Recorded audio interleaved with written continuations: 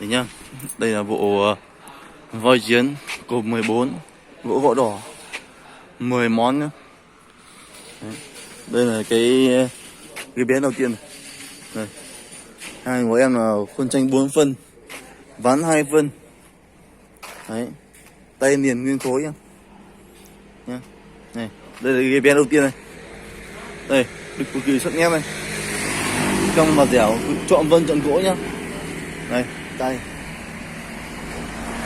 Đây cái kẹp này. Kẹp anh làm 2 tầng cổ chỉ một tầng chung nhá. Có ngăn kéo nhá. Đây là cái bé số 2 này. Đây là cái vách này. Vách này là dày 6 phân nguyên khối nhá. Dày 6 phân nguyên khối. Này. Đây là mặt cái kẹp đây. Kẹp đầu tiên. Đây là cái bé số 2. Này. Vách số phân. Ván 2 phân, khuôn tranh 4 phân. Tay liền nguyên khối. Đây là cái dài đây. Chuông cái dài.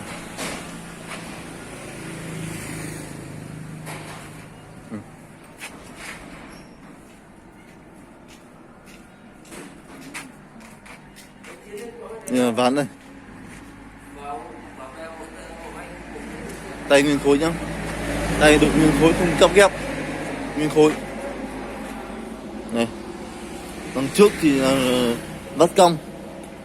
Đục 2 con voi trầu tiền. Đấy. Đây là cái bé số 3. Đấy. Vách dày 6 phân. Ván 2 phân. Khuôn tranh 4 phân. Đấy, yếm trước nằm cong. Tay nguyên khối. Đấy. Này. Cái kẹp số 2 kia. Và cái bé số 4. Đây là cái bàn đây.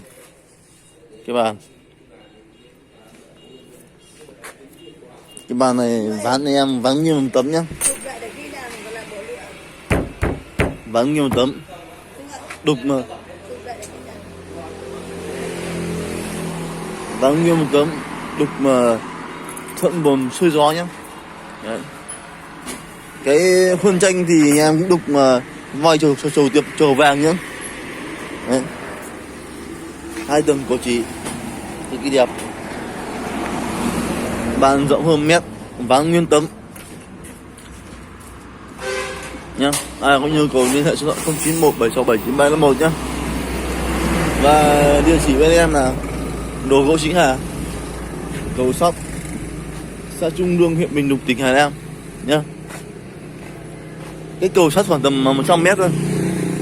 Đây là bộ 10 món voi chiến cột 14 hàn đại. Đấy, giá 2m6 phủ bì nhá. Đấy. Và địa chỉ bên em là Đồ Gỗ Chính Hà, Cầu Sóc, xã Trung Lương, huyện Bình Lục, tỉnh Hà Nam nhá.